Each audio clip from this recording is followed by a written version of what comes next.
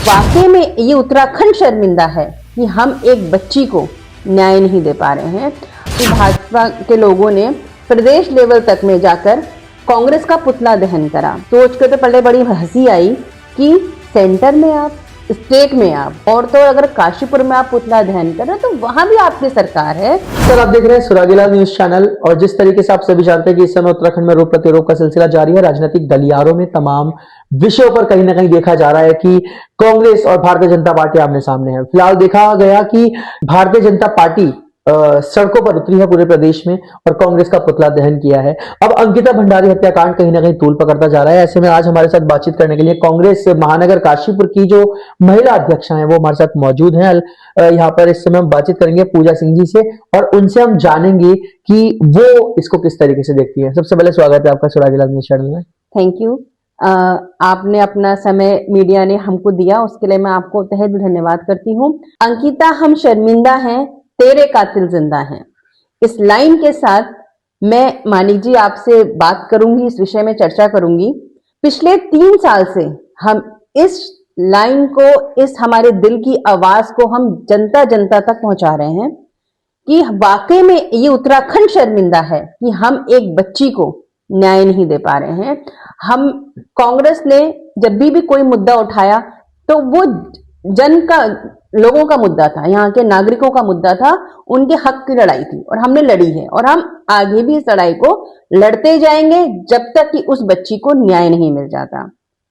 जैसे कि अभी कल आपने देखा कि भाजपा के लोगों ने प्रदेश लेवल तक में जाकर कांग्रेस का पुतला दहन करा। सोच कर तो पहले बड़ी हंसी आई कि सेंटर में आप, स्टेट में आप, और तो अगर काशीपुर में आप पुतला दहन कर रहे हैं तो वहां भी आपकी सरकार है। तो उसके बाद किस कांग्रेस का आप पुतला दहन कर रहे हैं? विषय क्या क्या लेकर आना चाह रहे हैं आप हमारे सामने?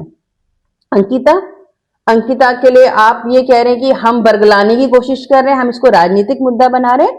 तो ये आपकी सबसे बड़ी, जितनी आप जन लोग वहां पर इकट्ठा हुए थे, आप नारे लगा रहे थे जस्टिस फॉर अंकिता, तो मैं कहती हूं कि आप ना बात हमारी ही कर रहे हैं, है ना।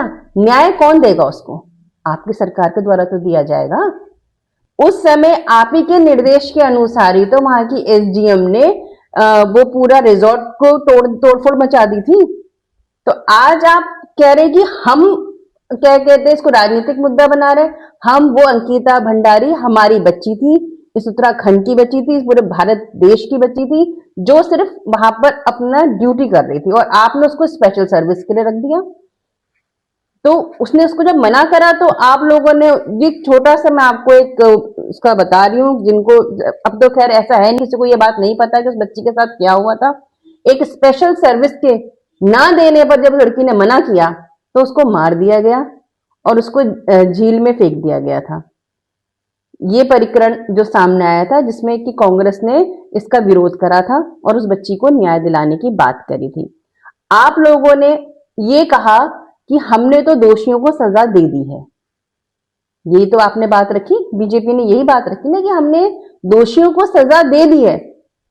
तो आप ही के जो पूर्व विधायक हैं, उनकी पत्नी ने हाल फिलहाल में कुछ ऑडियो क्या जनता के सामने रखे। वो कह रही है, उर्मिला सनारकर, कि मैं इस बात को बोल रही हूं बार बार कि मेरे पास सारे पुख्ता सबूत हैं, आप मेरी जांच करिए और आप इन सबूतों को सामने लाइए। मेरे पास सारे गट्टू भट्टू सबके साक्ष्य मौजूद हैं, तो आप उसकी जांच करिए ना। अगर वो सही बोल रही है, मैं तो अभी भी ये बात कह रही हूं, अगर वो महिला सही बोल रही है, उसकी बातों में सत्यता है, तो आप उसकी जांच करिए, बजाय हमारे कांग्रेस के आप पुतला दहन कर रहे हैं। ये तो बिल्कुल मूर्खतापूर्ण बात है कि आप साक्ष्य जो आपको दे रही है महिला, आप उसकी जांच नहीं कर रहे हैं और आप उसके बदले कांग्रेस का पुतला दहन करवा रहे हैं। चलिए अब बढ़ते हैं अगले सवाल की तरफ। पूजा जी, देखा जा रहा है कि 2027 के विधानसभा चुनाव भी बहुत नजदीक है।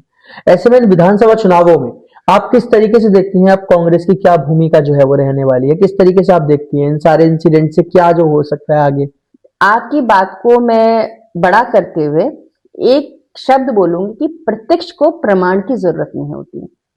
आज की जो जनरेशन है ना, जिसको आप जेनजी बोलते हैं, वो हमारी सोच से बहुत आगे है जैसे कि हम कहते हैं ना कि 70 साल कांग्रेस ने क्या किया, यही तो सवाल को हमेशा भाजपा बोलती है कि 70 साल इस कांग्रेस ने क्या करा। तो मुझे लगता है कि कुछ भी किया कांग्रेस ने, लेकिन 11 साल में आपने क्या करा ये पूरा प्रदेश, देश और विदेश तक देख चुका है। और यही वजह है कि इसीलिए कि इन 11 सालों में आपने ये बता दिया कि 70 साल में लोगों ने आपको वोट क्यों नहीं दिया। पूजा जी, बात करें इसी सवाल के अंदर एक सवाल है, यदि जिस तरीके से आप कह रहे हैं कि कांग्रेस जो है कहीं ना कहीं, जैसे आपकी बातों से दिखाई दे रहा है कि आप कह रहे हैं कि कांग्रेस कहीं ना कहीं सर ऊपर आ सकती है, लेकिन वही जो हमेशा एक चीज देखी जाती है, जो अंतिम जो सवाल आता है कि गुटबाजी, कांग्रेस की गुटबाजी को कैसे खत्म किया जाएगा, कांग्रेस कैसे इस चुनाव में फिर से अपना जो है कहीं ना कहीं बीच मैदान में उतरेगी। देखिए, कांग्रेस पार्टी कोई आज की पार्टी नहीं है, ये बहुत पुरानी पार्टी है और एक परिवार है, एक बहुत बड़ा एक वृक्ष है। और कहते हैं ना कि परिवार में अगर लोग रह रहे हैं एक साथ तो बर्तन खटकते हैं, इसका मतलब ये नहीं है कि वो अलग हो जाते हैं। तो ये चीजें चलती हैं, कहीं किसी की बात हमें अच्छी लगती है, कभी हम अपनी बात को आगे रखना चाहते हैं, तो ये इसको गुटबाजी का आप नाम तो बिल्कुल मत दीजिए। लेकिन जब इलेक्शन का समय आता है तो यही पार्टी परिवार की एकजुटता दिखाती है और पार्टी किसी को भी टिकट दे, वो क्योंकि जो हमारा हाई कमान है उसको पता है कि किस समय किस कैंडिडेट को सामने लेकर आना है, तो वो जो उसको भी हमारे सामने लाएंगी, पूरी कांग्रेस पार्टी एकजुट होकर उसको जिताने का पूर्ण प्रयास करेगी।